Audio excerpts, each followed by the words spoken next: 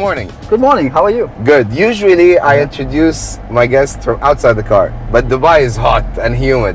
Yeah. They don't want to let Mo stand outside. I'm excited. Today I'm very excited in art. For people who know me, and I mentioned this before, I'm a fan of 3 brands. Apple, McDonald's, and Nike.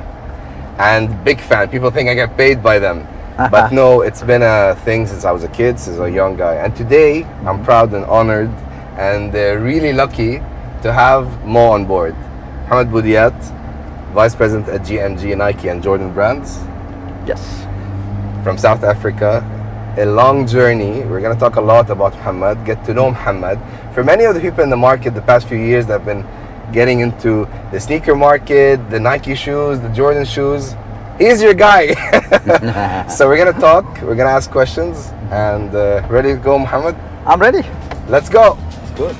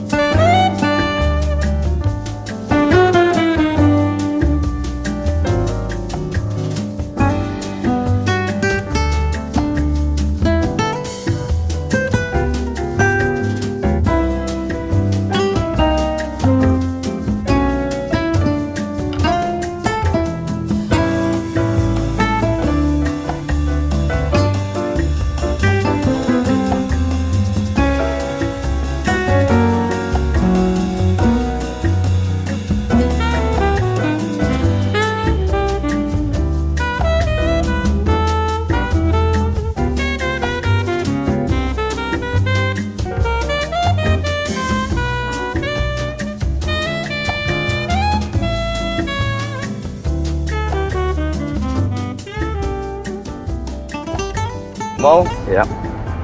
tell us who you are. Okay, so Mohamed Bodiat, as you said, so I'm the Senior Vice President of Brands at GMG, which is a locally based Dubai company. I initially moved here to kind of manage, our company has had a 40-year relationship with Nike. Okay. So I initially moved 6 years ago from Nike actually to manage the Nike business, Nike Jordan business for GMG, but my portfolio and my scope has kind of grown a little bit. We represent quite a few international brands in the region, so I kind of oversee the partnership in brand management Yes. and marketplace, if you like, for all the brands we basically manage in sport. Born in South Africa, lived there and grew up in South Africa, Johannesburg. So I'd like to say I'm from Cape Town because Cape Town's a beautiful part, as they say, of the country. But Joburg is great; it's home. I started with Nike a long time ago, 1995. I saw your LinkedIn account. Yeah. So first job. First job out of university was Nike. Wow. It was actually an interesting way of how I joined. So can I ask how many years ago? 95. What is that? 2005. It's almost 26-7 years ago, I guess. Wow. Yeah, so I'm not that young. Eh? No. I'm just in the world of sneakers, but I'm an old hat at this, I guess.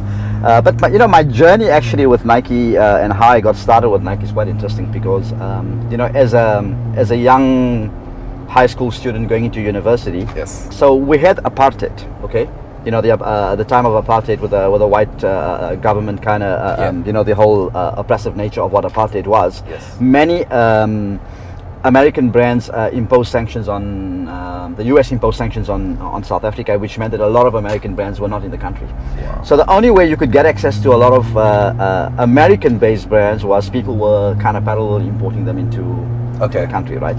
And so I worked as a casual in a sports retail store, right? That was called Mr. America actually, and they carried all sorts of American brands, kind of lifestyle and sneakers, Yes. which they were getting from people that were basically importing it from Taiwan and Korea and the Far East and so on. So my first exposure, if you like, to the world of sneakers was I was a casual working in the store and selling Nike and Adidas, and actually Converse was really big at the time, Onitsuka. When I got into university, I continued to work for this retail store because it was my way of earning some pocket money and so on. I had just finished my my university exams in 1994, so I graduated with a marketing degree, and my dad had been actually in the industry, sports retail, fashion industry for a long time as a sales representative. So it's in the family. In the family, those days. It's by coincidence. What's that? It's not by coincidence. It's not by coincidence. It's very much a part of my DNA, I guess. Nice.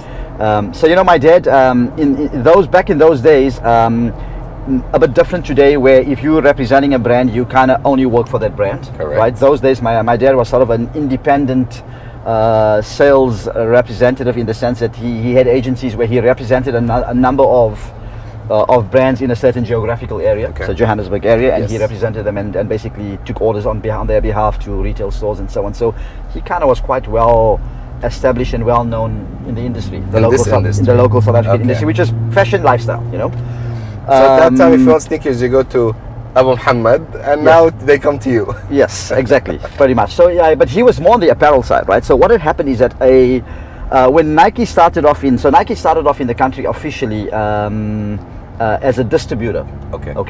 So a couple of businessmen got together. Just as South Africa was coming, when Nelson Mandela had been released in 1994. Yes. Right, and a couple of local businessmen got together to kind of acquire the rights to distribute Nike in the country. And someone who was employed as the apparel director for Nike South Africa at the time had known my dad very well from having worked with him in the industry. So they had actually approached my dad to ask him if he can help them just get Nike apparel kind of going and represented in the region, because he had all the contacts to all the retailers. Now I will tell you, at that stage, Nike was seen as was not very well known, right? It was seen as a very premium brand, so it was not something that you go to people with and say, listen, I have the Nike brand, and every retailer is grabbing it. True. Like, it was really new to the country at the time, and it was premium. So my dad kind of helped them get established with a couple of sort of new retailers, to get Nike represented. But he also had his other business going on, and I had just finished university, and having worked in sports retail as a casual, my dad actually said to them, you know what, my son's just finished university. A lot of the Nike people knew me through the sports retail store. My son is passionate about sport. He's passionate about Nike. I'm gonna kind of use him as my apprentice, and teach him a little bit of the ropes. And Nike said, yeah, we don't mind. That's okay. So that's what I did. I started helping my dad. But since 1995. As a kid growing up, my dad had a showroom at home. So I was always helping my dad, writing the orders out, setting the showroom up when his samples arrived. So it kind of came natural to me in that sense, man. Wow.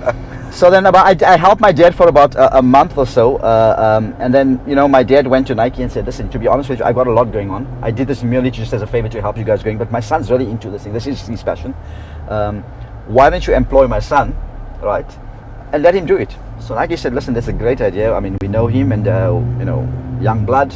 We'll teach him a little bit of the ropes. There's a couple of more senior sales guys there that he can learn under them, and Adam, if you can just at least oversee and help us get the contacts, help your son get the contacts, we're happy to do that. So that's kind of how my journey with Nike started. Wow. Wow. Okay, question. Yeah. Wow, man. Why Nike? Why Nike?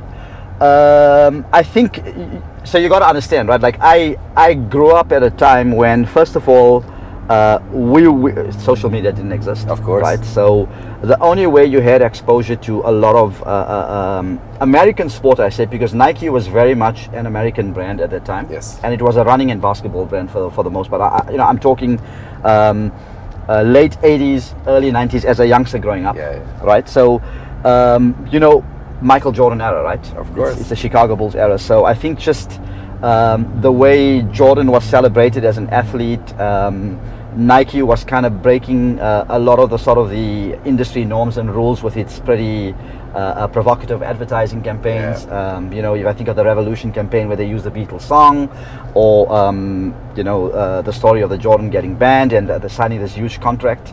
I think I kind of got caught up by the Nike brand because of all of this was happening, and you were hearing it in the news. We were getting the information maybe 3 weeks later than when it was happening, because the only way you could get it is through print media. There was no internet or stories you've heard on the news. Correct.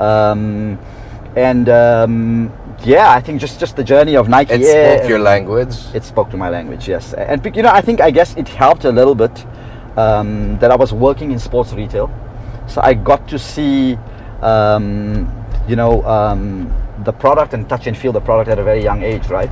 But I think, for me, why Nike is just the aura of Michael Jordan, to be honest with you, and that's why I'm such a big Jordan fan, right? Is a result of the fact that I grew up in that era when Jordan was at his peak, so to say. Interestingly, those days, basketball was not a sport in South Africa. Okay. So the clientele that were actually buying basketball shoes at the time is that we had a lot of people from Mozambique and Angola. Right. Mutombo, and there were some of these sort of players from this part of the world that were playing in the NBA. So NBA was basketball was more of a sport played by people in the neighboring countries, not really in South Africa. Not in South Africa. And we had all these Angolan guys coming into South Africa, into Joburg, and basically buying up all these sneakers. And for me, it was probably the early days of kind of how you see like sort of hype and people lining up to buy it. I mean, we'd get a shoe always late, so a Jordan 3 or 4 would launch at some point. Maybe 2 months later we'd get. Ever since then, people used to queue up and buy. So not queuing up, but what would definitely happen is that, the community that were playing basketball would find out. We'd get 30, 40 pairs over the course of the weekend. We'd sell it, right? But guys were buying it for playing basketball. So you've been teasing people since then. I've been teasing people since then.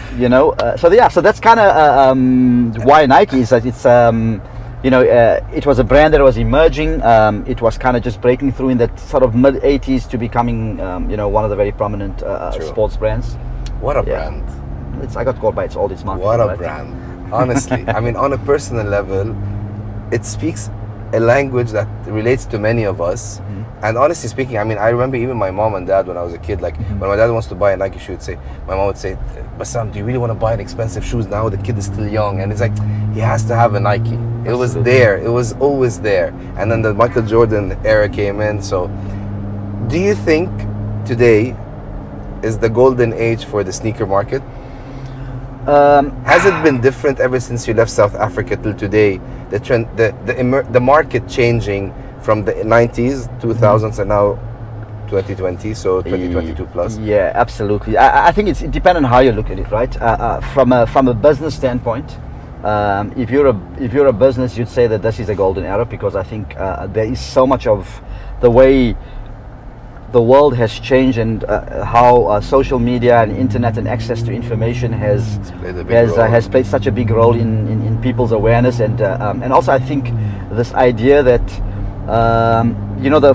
the world of formal clothing, workwear, fashion and lifestyle has merged so much that sneakers have become so much more acceptable as part of your system of dress, right? Of course. Even to go to work with, right? You used to go to a club if you're wearing sneakers. Exactly. Before, if you wore sneakers, like people would look at you that this guy's got no better purpose in his life, like he's hanging around in sneakers. So it's quite different today. So from a business standpoint, I think you got to look at the size of the sneaker market today, and you look at the size of the sneaker market 20, 30 or 15, 20 years ago. I mean, it's probably doubled, quadrupled, who knows, right? It's insane. So it's much bigger right now. So business-wise, of course, I think any business would say that this is a fantastic time to be a brand involved in serving sneakers and bringing sneakers to consumers. I think more from an authentic standpoint, I appreciate footwear, and that's why I still collect so much of sneakers, is because I have a sense of appreciation for it, because it started off more around a little bit of the appreciation for the inspiration of the story of where the shoe came from. Yes. Right. Early in my career, I was traveling to the US, to product meetings. Yeah. Right. And the product team would tell you stories of why, for example, the Jordan 14, I'll just take that as an example of why the Jordan 14 was the design it was, right? MJ had bought a Ferrari at the time, and he was into the Maranello, right? The 550 Maranello, right? And he so a lot of the inspiration of the Jordan 14 is taken from his love for Ferrari. So, whether it was the seatbelt strap, yes, or the Jordan logo in the Ferrari crest, those things were really, really inspiring to hear that it's just not a shoe that some guy's designing and putting on a shop because we want to sell shoes. It's like there's a story that's really trying to tell a little bit of, in this case, Michael Jordan's personality. Yes. So I had a much more appreciation for why I was buying a shoe. Okay. Right, and I think a lot of people that were kind of maybe grew up in that era was the same thing. And don't forget, those days, someone like Jordan or Charles Barkley or Scottie Pippen or Penny Hardaway or whoever those athletes were that were doing signature shoes at the time, you were buying it for function, right? Yes. For the most part, people were buying it because they were going to buy it to play basketball in it. The world changed when sneakers became cool just to wear because you want to have whoever's shoe, right? Correct. So I think there was a lot, for me there was a little bit more of maybe authenticity, I'd say, in why you collected it.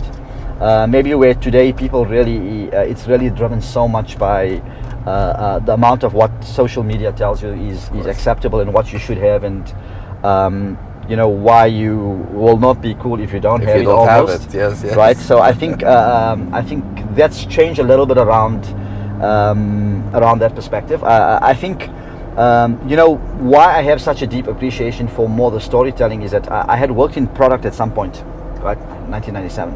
And one of the things Nike had us do is, if you worked in product, is you had to go through a process called shoe school. Okay.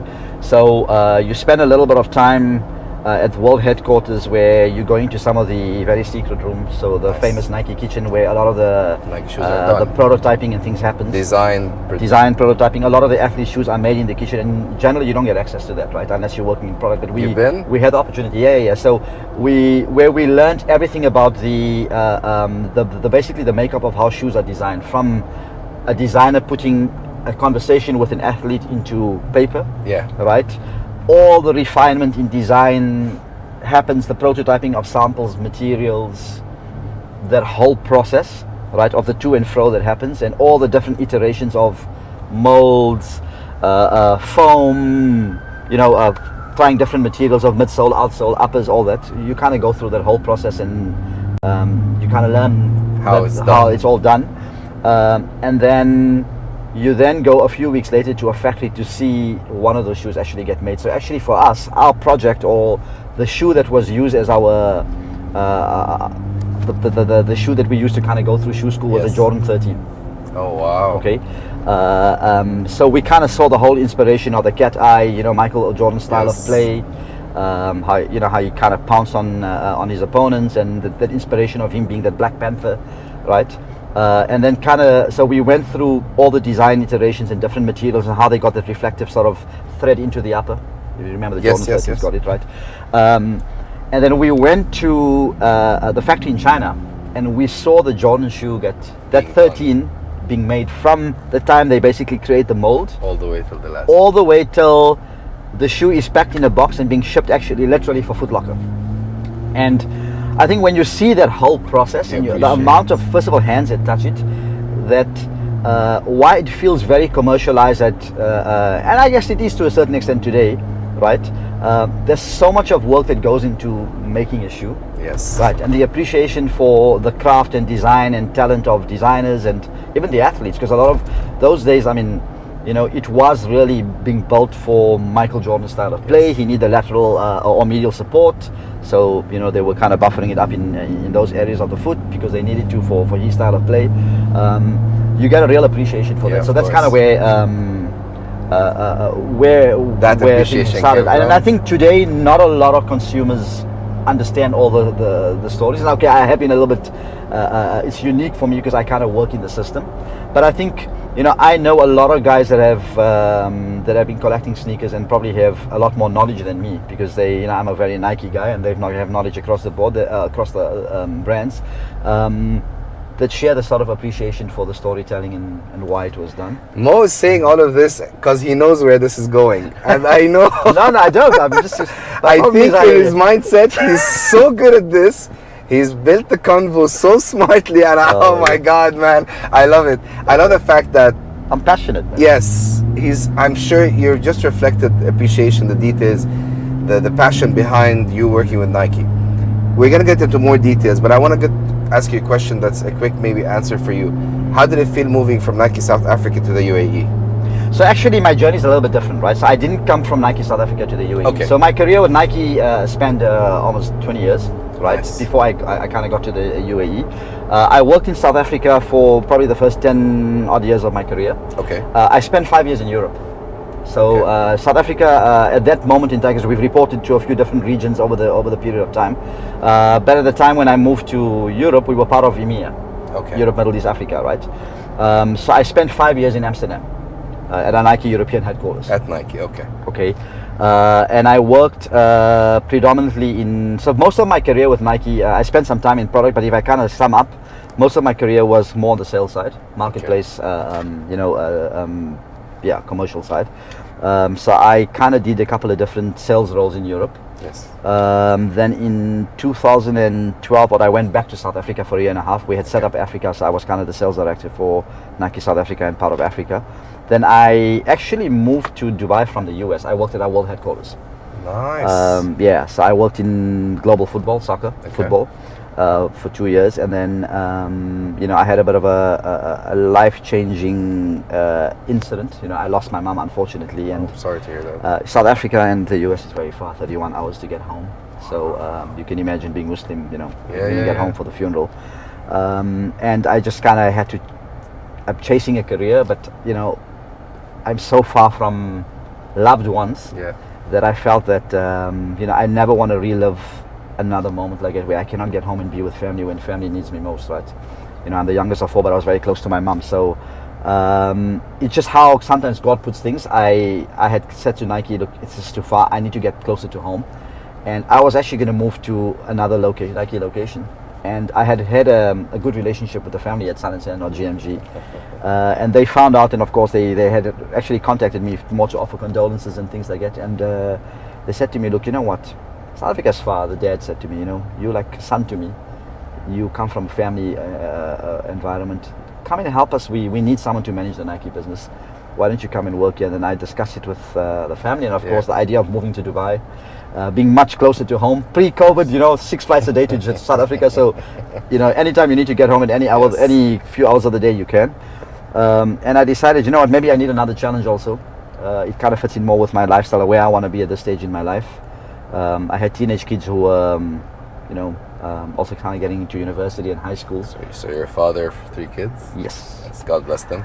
Yeah, 3 amazing kids who've moved around the world with me for my career, and of course the most incredible wife that's supported me through my career. So I always tell people, my kids have finished school in 4 continents. Just like all of, we depending on which kid, started off in South Africa, schooled in Europe, in Amsterdam, schooled in the US, and then finished school in Dubai. So not only in 4 countries, like 4 continents. So which is amazing experience. I'm sure you guys fueled up the energy for each other to keep. Oh going. Yeah, absolutely. I think we're young parents. All about yes. And so we've grown up with our kids now. It's amazing, and we'll talk about the kids also. But so I kind of moved from.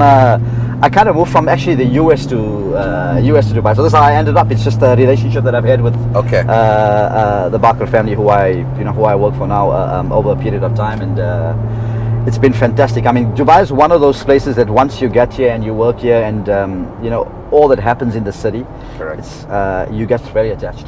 How did it feel when you met Phil Knight? I mean, was it your first when you posted your picture? Actually, people won't believe me, but I've probably met Phil Knight. When I say met, like really shake hands, probably 10, 12, 15 times in my career. Nice. And I tell you why, is that when so over the years we've been to Phil Knight's celebration. The thing about Phil Knight is, through all the time until today, because he still has an office at the world headquarters, even though he's retired, you always see him floating around the campus, the Nike campus. Nice. He's got his specific spot in the restaurant at WHQ where he sits every day.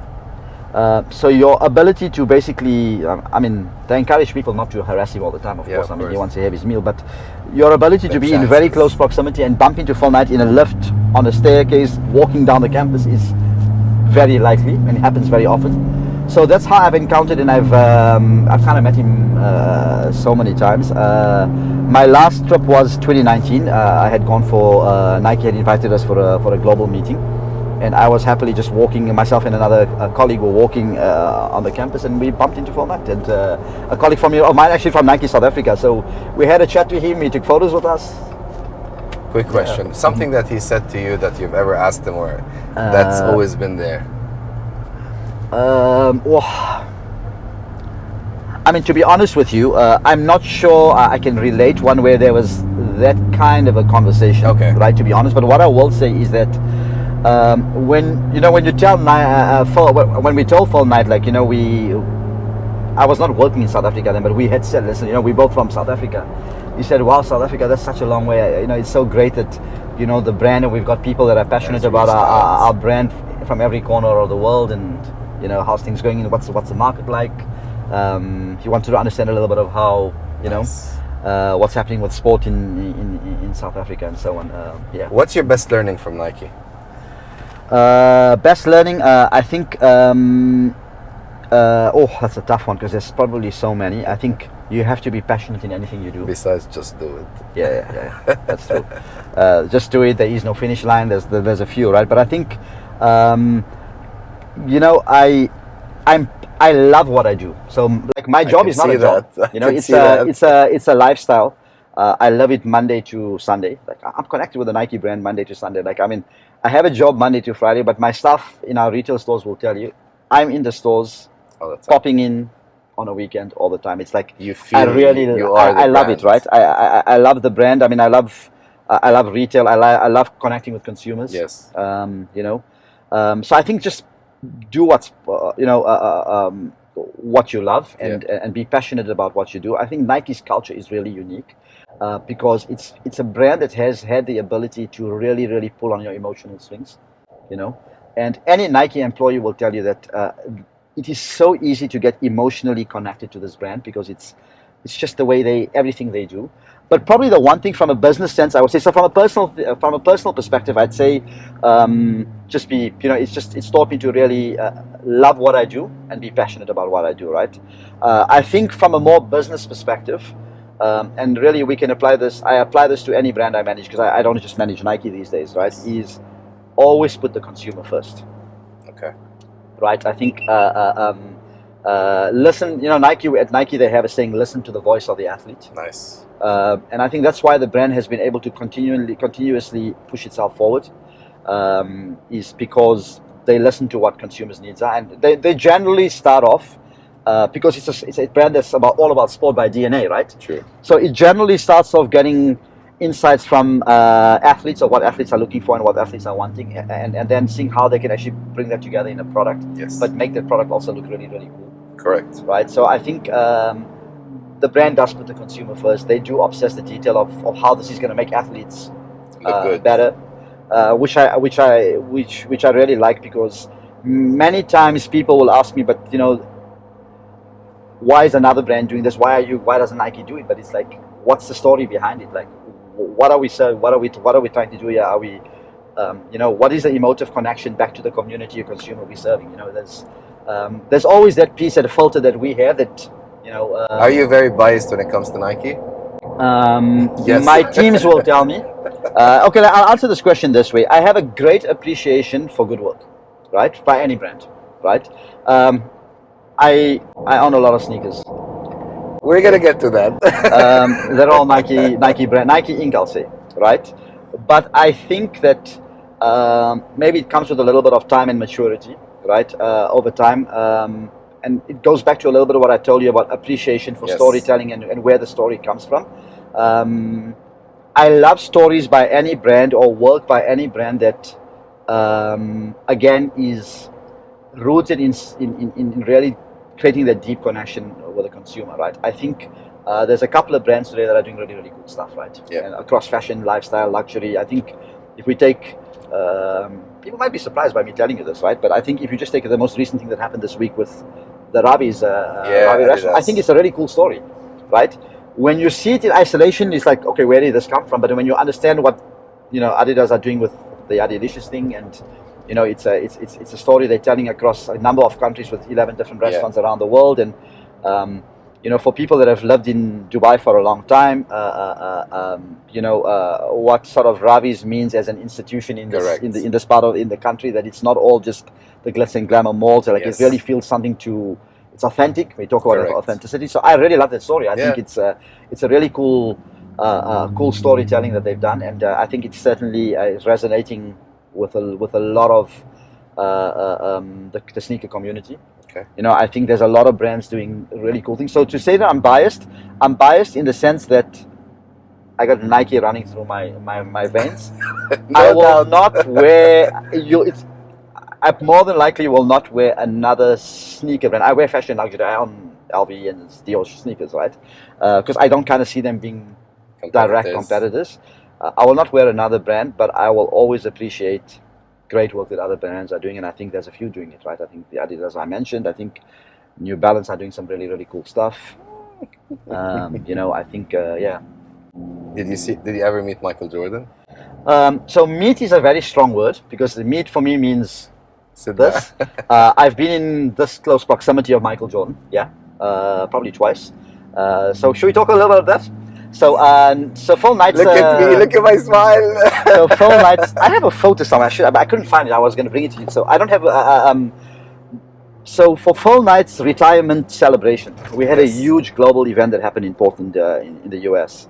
And Michael Jordan was obviously there, amongst many athletes. I mean, Speed Sampras, Andre Agassi, so many, I can't even remember. Which year was this? This would have been, I'm going to say 2000 I think early 2000s. Okay. Let's just say early 2000s, right?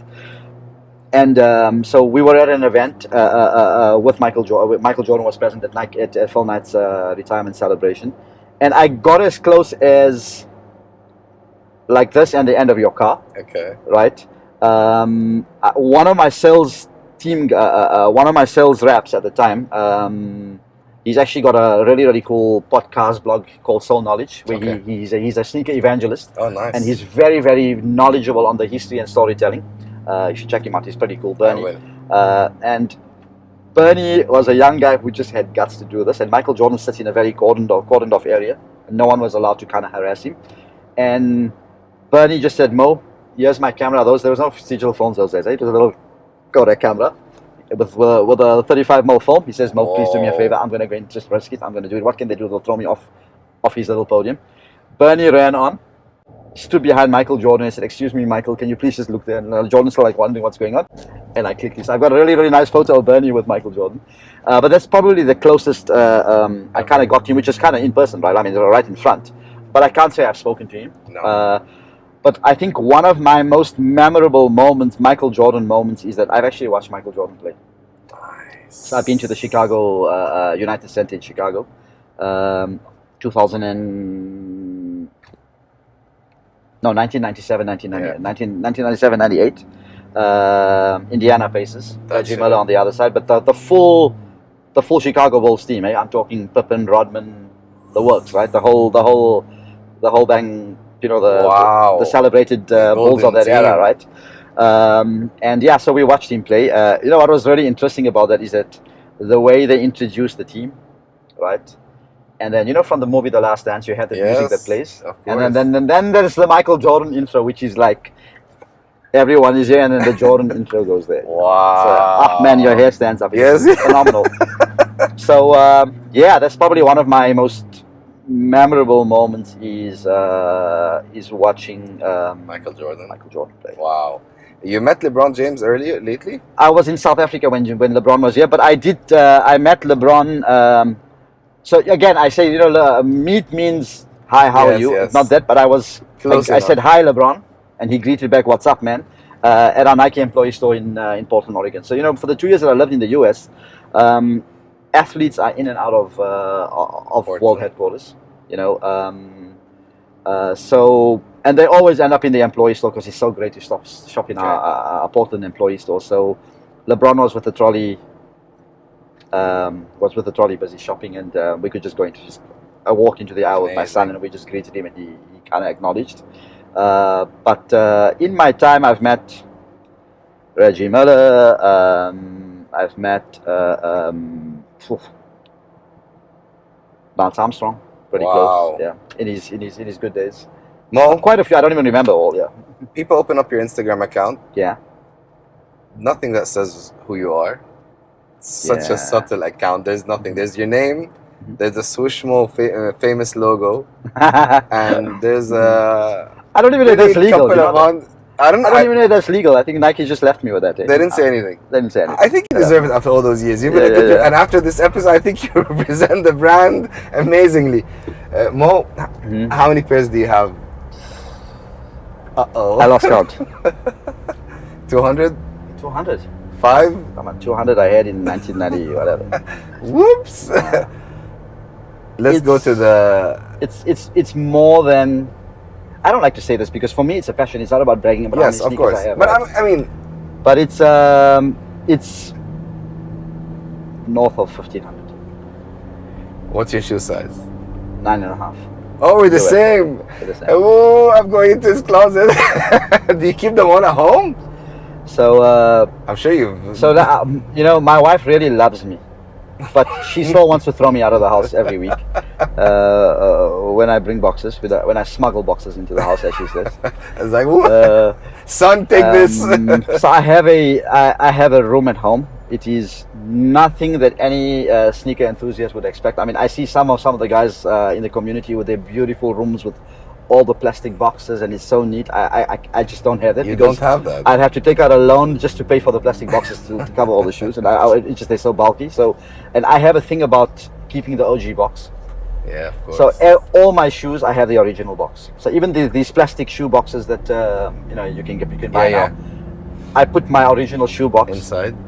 Nice. In the plastic box. So my sneaker room it's a mess. It is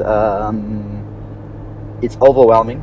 It's intimidating because I walk in and it's just like it's everywhere. So I tend to sometimes end up wearing the same shoes all the time because I just don't have the. Which one to open? I don't know where to find it some of the time. We'll jump into the raffle side. The golden question. Yeah. Do you know that I have a list of questions that somehow I've heard the past few months from people. Yeah. And I said I'll ask them to you. As is. Did I tell you before about them? No. So no. I'm gonna ask. I will ask them. I will ask them to. I will answer them as honestly. Oh well, of course, to the best of my ability. Okay. From what I'm able to. Sure. Yeah. One, do you get to yourself? Do the shoes come to you because at your position, or do you raffle your name into the? So I'm gonna be very honest with you. I feel like after no one owes me anything. So just be clear. But I think after 25 years, 27 years being connected to the brand and being one of its biggest evangelists. Yes. It comes with a little bit of privilege, treatment. Yes. VIP treatment. So I don't have to raffle. Okay, makes sense. So, how this whole raffle thing that's happening in the UAE? Some are liking it ever since it started. Some are going against it. Some I've heard a lot of people who are collecting Jordan shoes are saying, I'm not going to be buying shoes anymore. I'm selling mine because I'm not getting any of them, stuff like that. Especially those who really collect shoes and not the ones who are reselling shoes. So, and I know a few friends that are really authentic collectors, and they're getting angry the past few months, and I can see it on every raffle. Is it a fair raffle? It's a fair raffle. It's totally automated. And so it's just to be clear, right? We never had a raffle system, automated raffle system. Right. Okay. You know, initially when we started with the raffles, you were signing up on a web page. Yes. Right. And then we were basically pulling names, and we had a little randomizer that was just pulling names out. And we decided to invest in a proper tool, right?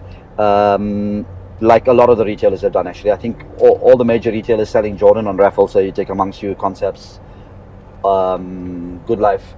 All have some form of tool, so we invested as a company in a tool when we reopened the new Jordan store. Yes, which is a fully automated randomizer. You know, there's no human intervention. You go on, you log into the Jordan Dubai Mall, internet page. You click on the link for the shoe. You register your size. The server doesn't even sit in the UAE. Okay. Oh. There's a timer which counts down the time. As soon as the time is done, the randomizer system automatically chooses random winners, and the emails go directly to consumers. There's no intervention from us. See what I'm saying? So the system basically sends you the email. Guys, answer the question has been answered. So seriously, no human whatsoever, no interaction, nothing. No. It's fully automated. Yes. No VIP treatments. No. Now I will say this because people will come back and say, but that's not true because this one gets and that one gets. You got to understand, right? We as a brand, we're working with certain influencers, people in sport, people in the community that we are very open about. They're part of, they are brand partners, ambassadors, right? yes. You know, they are brand ambassadors. So the brand ambassadors from time to time will get access to product before we go live on the raffle. Okay. Right, which is part of their contract with us that they have a certain, which I'm not. Because they have deliverables too. So exactly, which I'm not apologetic to say because it's a phenomenon that exists from the most luxury of brands. Of course. Right, and every brand internationally does that. I mean, how does DJ Khaled get all those shoes? It's not. He's not entering any raffles, right?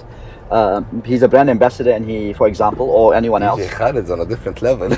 You know, so yes, we do have certain people who we call Nike family, and you know, when they post, they will also say on their email Jordan fam, Nike fam, because that is also they're also making it clear that they are part of the team. Is it about how much they spend, or is it about how much they respect the brand? I mean, how do you classify friends and family? No, it's not friends and family. It's brand ambassadors. We don't necessarily have friends and family. Okay. When I say Jordan fam, or Nike fam, is because we consider ourselves a family. Yes. Right. And if you are a brand ambassador, then you are part of our family.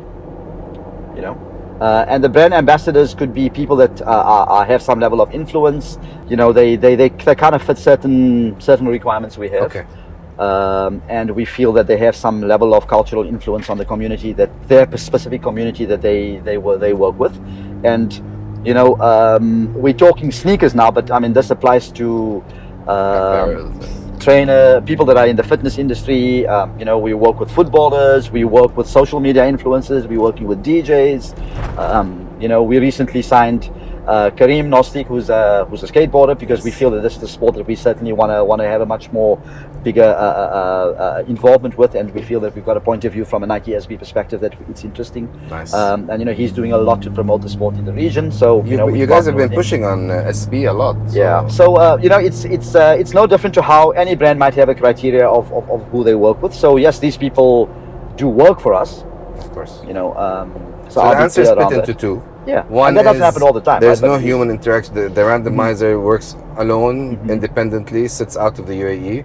And another part of it is, yes, there are ambassadors and people that represent the brand that we work with and get priority to get those shoes because it's part of marketing and sales at the end of the day. Okay.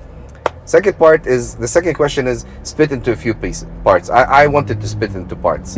One, there are the people who are, we'll call them consigners, who are coming actually buying the shoe and delivering it to stores for reselling. And there are the reselling stores. Yeah. Where do you stand on that?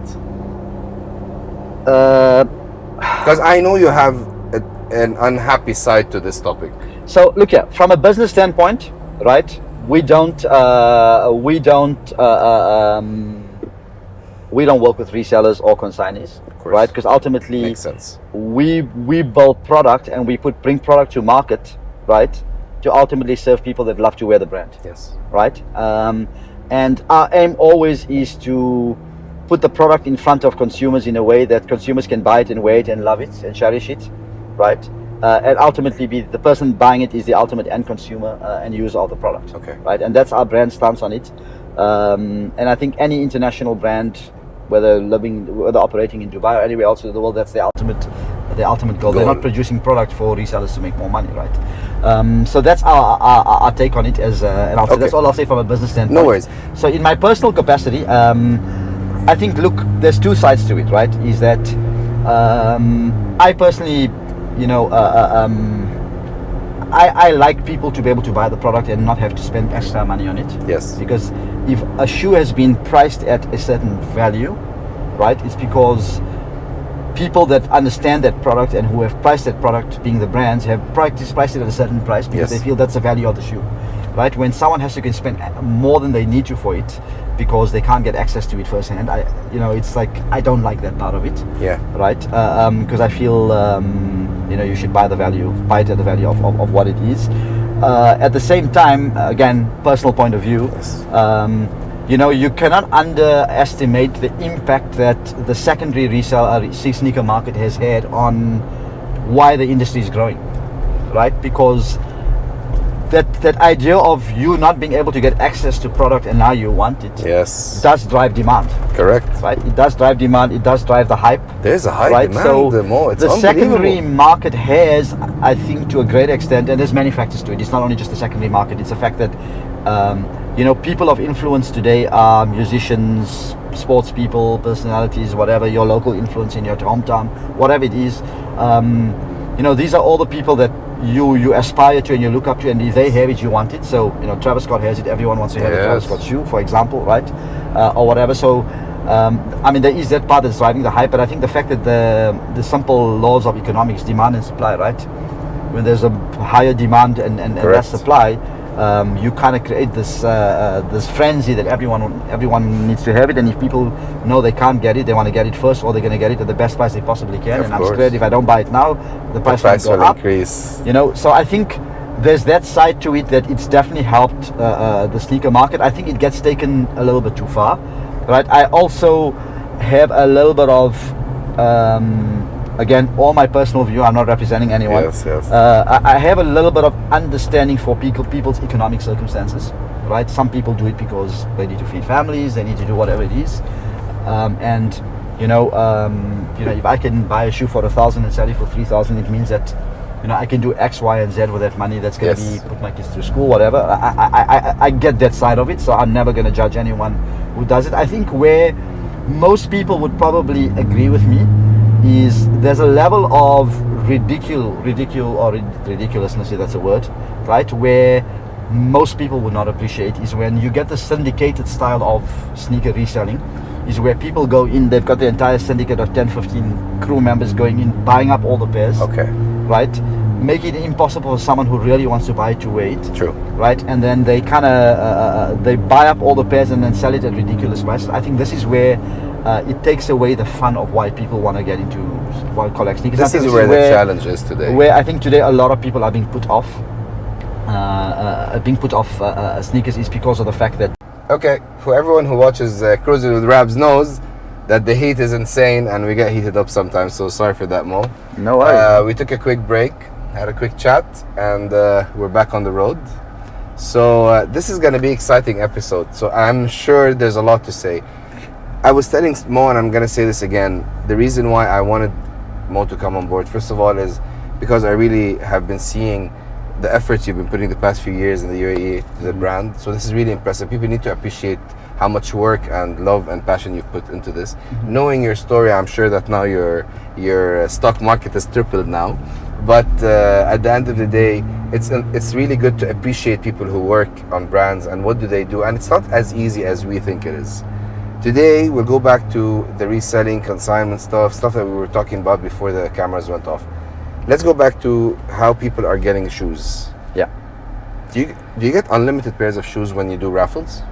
So I think if we had unlimited pairs of shoes, we would not have a need to raffle, and you probably would not have people having to buy on the secondary market. The reality is that, you know, you can take any brand in any industry. You know, I'll say a few things, right? You know, the Ferrari have a global strategy. Yes. Right. I'm not sure many people know this, that they always produce one car less than they have orders for.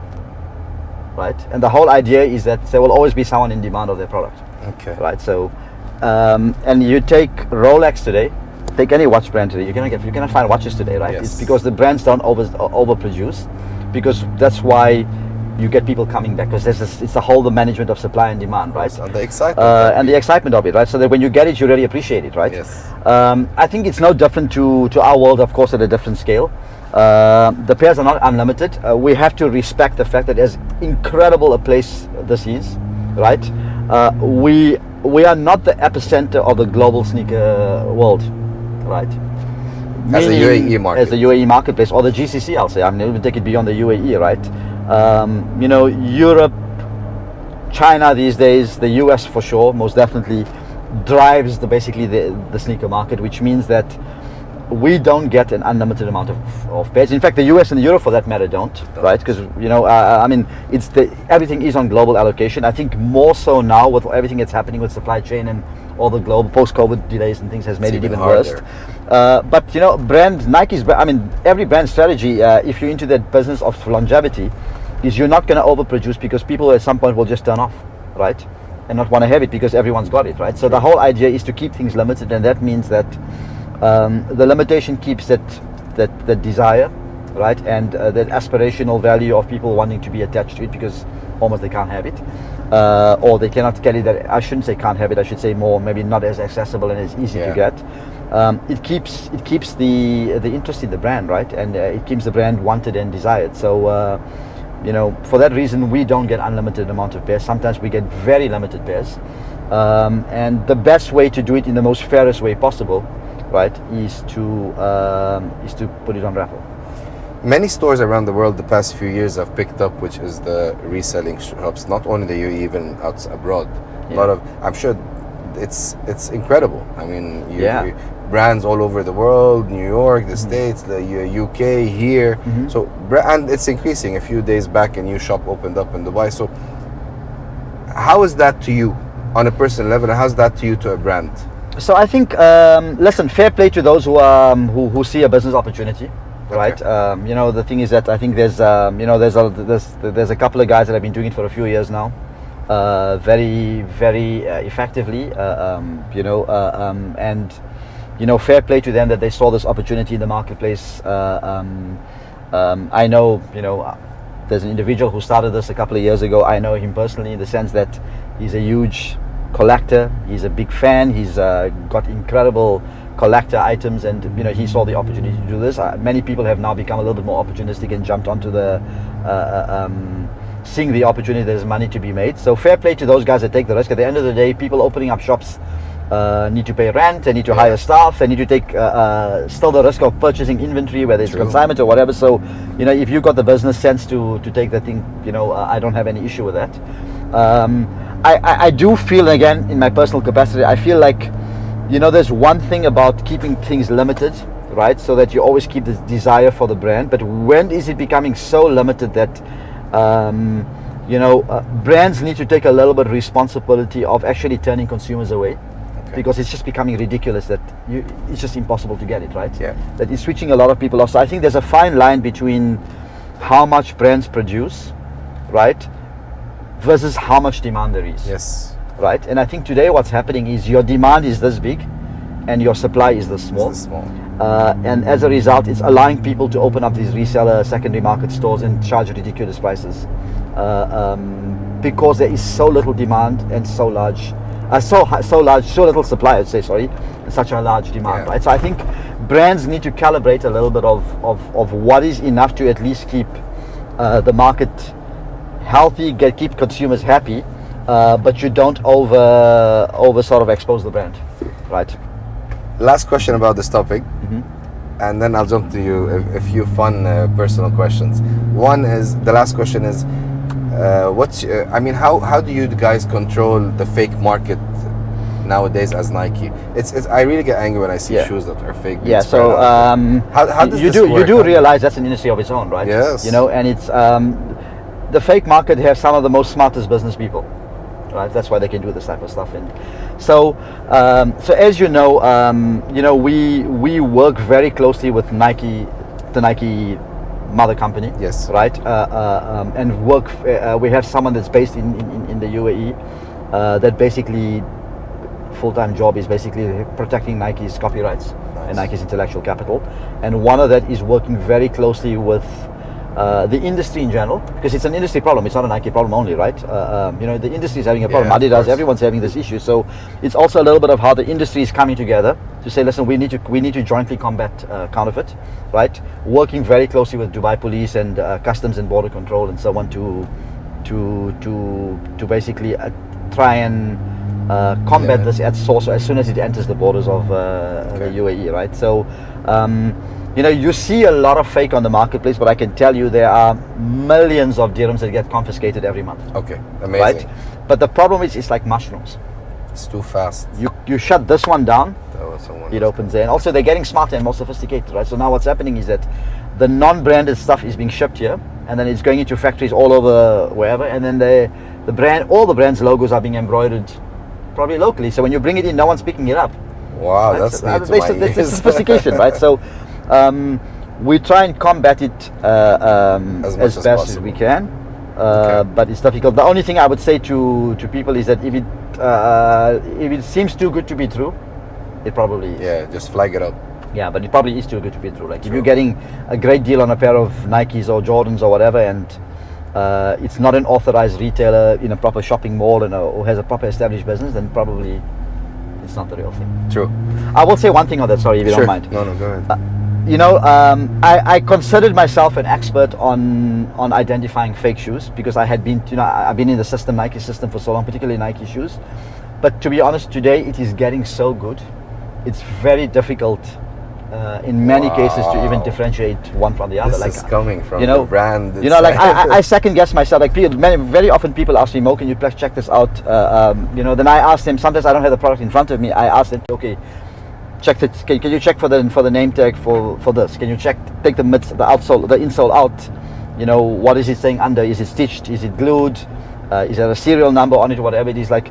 But today the counterfeiters are doing it to the T. I mean, but by the way, it's not sneakers, right? If you talk to people that are into watch collection, yes, they'll tell you that they've mastered a Rolex Submariner or a Daytona down to the weight, and they've passed through the service center and nobody noticed. I've heard stories. They passed to the exactly to what you're saying. So counterfeiting is getting so good, it's really, really, really difficult. That's why, unfortunately, yeah. If you want to make sure that. And some people don't mind because they say, I cannot get the product, what else do I have to do? But don't go and spend ridiculous money from sources that you don't think I feel are reliable. Yep. Because the last thing you want to do is to be spending 3 times the price of what the retail price of the shoe is, and you're still not getting something that's authentic. Yeah. So just be careful. Great stuff. Mo, quick questions, fun ones. What's your favorite meal? My favorite meal? Ooh. Anything my wife cooks. I mean, I'm pretty diverse with my cuisine, but to be honest with you, I love a good steak. I come from South Africa, right? So of course I love I love African meat is I love a good steak, but I love Mediterranean food in general. So Italian food, Greek food, anything from sort of those cuisines I really, really enjoy. I like the kind of the freshness of that food. But probably a good steak is probably what I'd say. Always goes on well. What's your favorite pair? My favorite pair of sneakers? That's simple, it's easy. Jordan 3 Black Cement. Nice. No question about it. I mean, I probably have more Jordan 1s than any shoe in my collection. Right, but the silhouette for me that really kind of fuels my passion and is the Jordan 3 Black Cement. Yes, I have all 3, the white, the black. I've got it in all colors, but the Black Cement particularly it's is the nice. one. It's even you wear it, it has a nice look to it. Yeah. What's the latest pair you got? Actually, I bought one yesterday.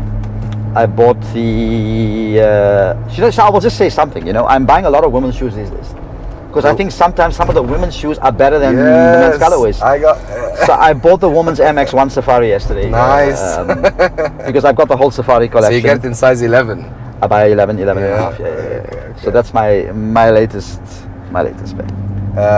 All the collaborations with Nike. I mean, you have the Unions, you have Travis, you have who else? Off-White, Kamamanie, yes. Cause, yeah. What's your favorite amongst them? Jordan?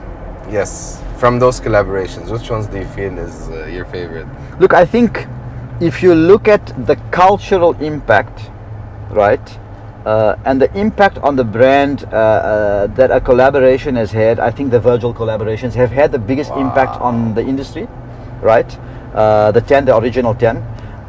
Because I think you need to understand Nike and Jordan brand prior to the Virgil Abloh collaborations were very, very strict in what you do with a swoosh, what you do with a Nike product. Yes. Right? Virgil had more license than any collaborator prior right? He's opened the door for so many more collaborators to do more things. Like, you would never get a garment before with a double swoosh, right? There were certain rules within the Nike brand. You never break the swoosh. You never put something on top of the swoosh. The swoosh is always intact. Virgil came in and he turned that all upside down. He turned the shoes inside out.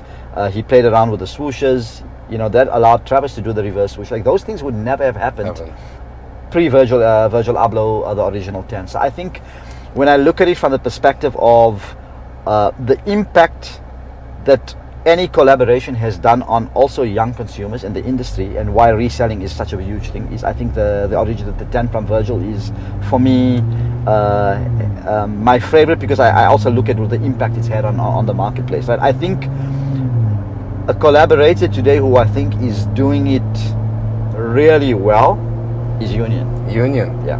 I think the latest t-shirt. Union or Ama Manier, and maybe I'm a little bit biased towards Nike, because they're kind of doing a lot with, they're not only doing with Nike, but I think the collaborations they've done with Nike and Jordan brand, I think, are fantastic. Beautiful. I think both guys also come from, just the community stories they're telling from where they've come, and how they tell their stories through the collaborations, I think are fantastic. Yes. I think if you took it one step further and said who I think are brands that are really know their consumer well, that are really have done a great job in terms of kind of moving the industry along, the culture along. I mean, I love anything that Kith does. I think Ronnie Feig is phenomenal. He's got his niche. He's not quite totally streetwear. He's more like sort of the street sophistication. Yes. But I think he does it. I think Kith does an incredible job. I wear a lot of Kith. Supreme has certainly done a lot in its own way. I mean, there's a lot of brands that have done well, but I think today Union, what Union's doing, what Joe Freshgoods is doing, particularly with some of the other brands, New Balance, Asics, is really, really good.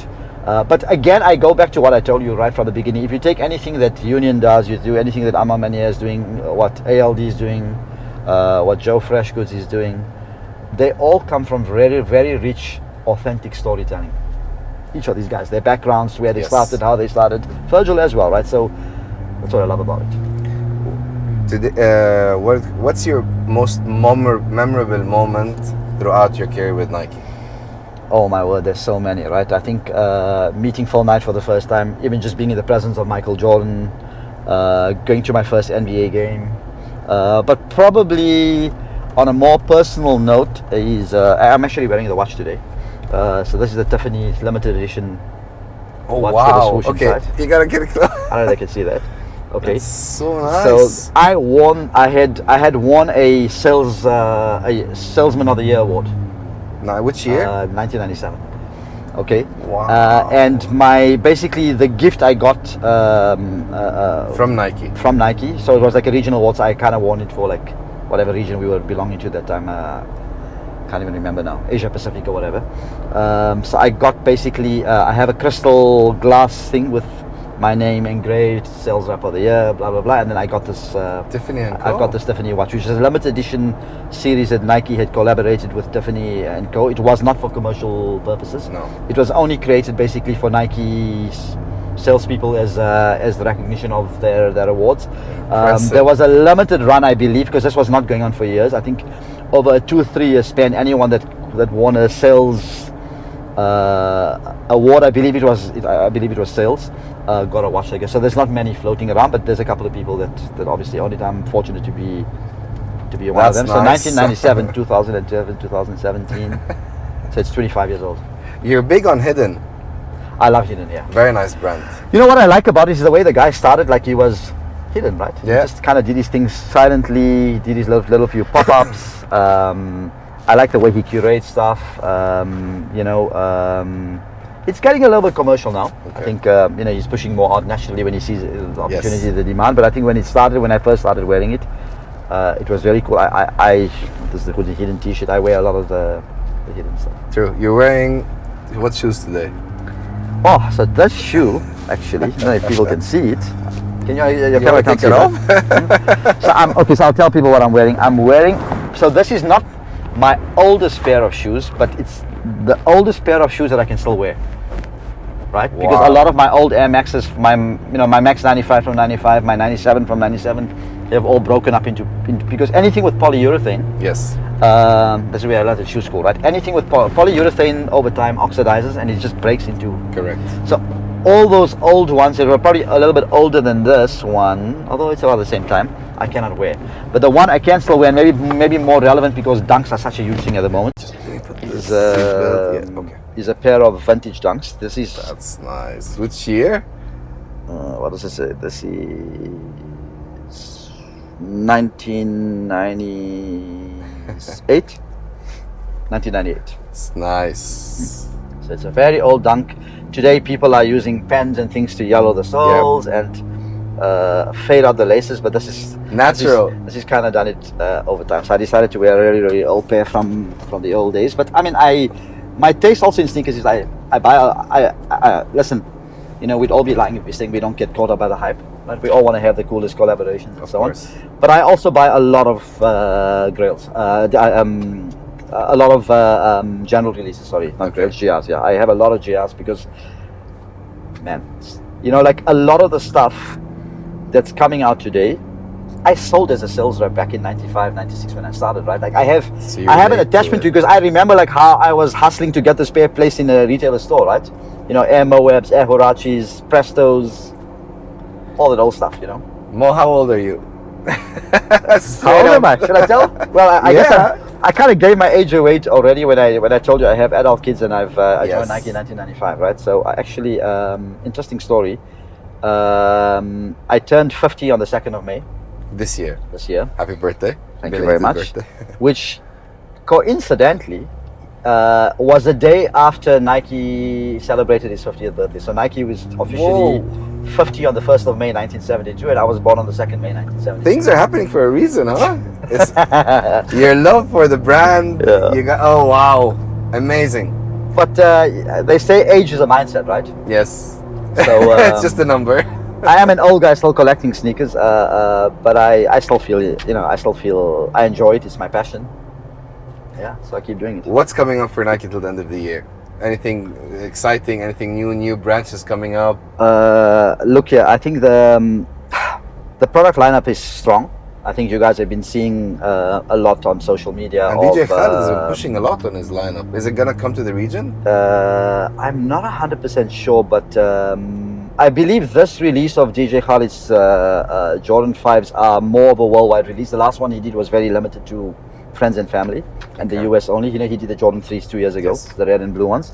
I believe this one's going to be a little bit wider release. I guess we don't have notification yet, but hopefully we will get it to the region. I think people have seen on social media posts of, and I think Jordan brand have also officially kind of announced that there's a Chicago Reimagine coming back. You know, every December there's always, I see you wearing Concords today, there's always a Jordan 11 in December, so expect that to happen. I love this edition. This is the first time I wear it today. Oh yeah? Oh wow, amazing. I wear it for the first time. The Jubilee edition, it was the big box. Yeah. But I think, you know, this time of the year, just generally from a brand perspective, not specifically to Jordan, there's a lot going on, right? I think you'll see a lot of visibility of stuff. We're doing some really, really cool things because you're very active. Very active. Yeah, but as you know, as the weather gets better, there's also more stuff going on, right? So if you think about 30 by 30, you know, World Cup, you know, there's a lot happening over the coming months. You know, watch the space. We've got some cool new stores opening around the GCC, not necessarily only in the UAE. I think we've got some cool stuff happening in other parts of the UAE as well, revamping stores, bringing new stores. We're constantly pushing ourselves, man. Mo, why didn't Michael Jordan come to Dubai for the opening? Why didn't he? Because Michael Jordan has reached this. He's been to Dubai, by the way. Not many people know this. You know, he's been 3-4 times to Dubai. But very quietly. Very quietly. He's played golf. He's bought a lot of watches from Siddiqui. Michael Jordan didn't come to Dubai because Michael Jordan has reached the level of his career where he decides where he spends his time and how much money he can. I'm sure he can get. It's not about money for him these days. I'm not really sure because, to be honest with you, you can imagine, I mean, his lifestyle and the demands that are on him. It's not easy for him just to travel everywhere. But incidentally, I joined GMG a week after the Jordan store opened, so I will not take credit for the original Jordan store. I was not part of all that. I joined literally a week after that store had opened. Okay. Yeah. Do you think you guys will ever ask him to come here? We always ask him. You always do? We always ask him. What do you think of Sole DXB, by the way? I see you. I met you there the first time. Yeah. I mean, the thing is that we've always supported when we could. There's certain times when we've not been able to for our own brand strategic reasons. We got other stuff going on. I think Sole DXB, remember I joined the region when Sole DXB was already into year 5 or 6. I think there's people that have you would have grown up with Sole DXB from its beginning. I think from where it started to where it is today is incredible. I think they've done a great job in kind of bringing this idea of music, lifestyle, and sneakers together. Yes. In a really good way. I mean, I have a great relationship with Raj and Josh and nice guys, really good guys. I think they're doing a lot. Dubai's their home now. And they're doing a lot to try and move the culture forward. I think Sole DXB will be back with a bang this year. Any plans for Jordan brand with them this year? You did the basketball. You can keep it there because it's confidential. But I mean, because the tournament, the basketball tournament was so nice. The stand, the details. Yeah. So I think I think it's a great event. I think they've done a lot. Am I gonna get a pass for Sole DXB? For Sole DXB? Can I get a pre-visit?